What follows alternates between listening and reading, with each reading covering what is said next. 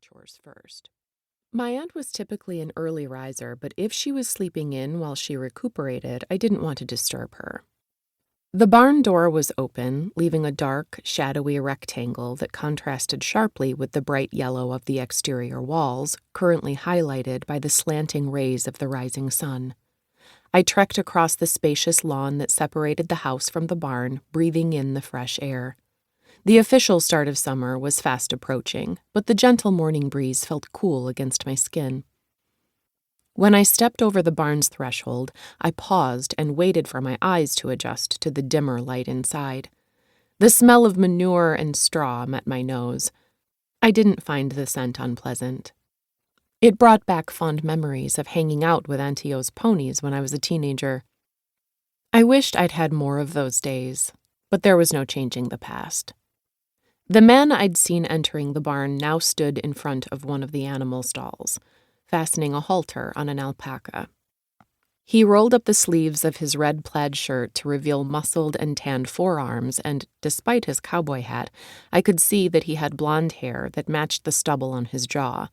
I could also tell that he stood several inches taller than my height of 5 feet 9 inches. Auntie O hadn't mentioned that the farmhand looked like a cowboy from the cover of a romance novel. Then again, she hadn't told me anything about him, not even his name. I was about to call out a greeting when he turned his head my way.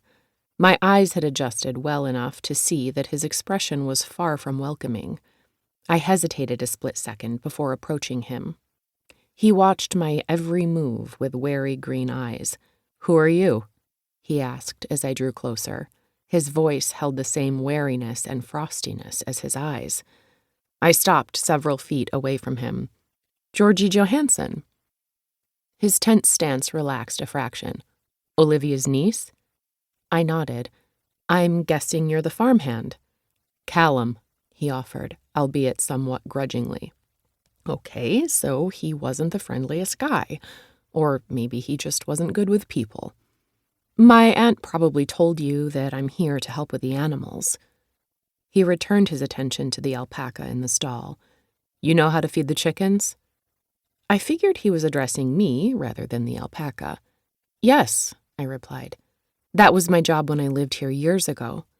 You'll find the food in the storage room." With that, he opened the stall door and let the alpaca past me and out of the barn. I stood in the same spot, watching him go. It didn't seem like we'd be friends anytime soon, but that didn't really matter. I was here for a few weeks, and then I'd be heading back to my screenwriting career in Los Angeles. With Callum and the alpaca now out of sight, I headed for the feed storage room and got to work. After I'd fed the chickens, Callum got me to muck out the stalls in the barn. By the time I'd finished that job, my muscles ached and I longed for a cold drink. I dusted off my sore hands and inspected my palms. A couple of blisters were taking shape. I needed to get myself some work gloves. I headed out into the sunshine to see if Callum wanted me to do anything else. I didn't spot him right away, so I leaned against the wooden fence and watched the alpacas grazing. It felt good to be back on the farm.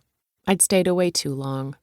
I told myself it was because I'd been so busy building my screenwriting career since I'd finished college, but I knew that wasn't the whole truth. When I'd left the farm at age 17, after living with Auntie O for a year, I'd gone against my will. Moving away had been more difficult than any of the previous moves I'd endured before that. Twilight Cove got under my skin, made me want to stay. Leaving had felt like having some part of me torn away. That wasn't something I wanted to go through again, but when Auntie O called and said she needed my help, I couldn't turn her down. The sunlight flickered off to my left in the split second before a majestic great-horned owl landed on the fence about 10 feet from where my forearms rested against the top rail. My breath caught in my throat and I froze, staring at the beautiful creature with its characteristic feather tufts on its head. The owl had mostly dark brown plumage, with speckles of reddish-brown and white throughout. It also had a white patch on its upper chest, which puffed outward as it let out a gentle hoo, hoo. All the while, the owl's yellow eyes regarded me closely. "Hello, gorgeous?"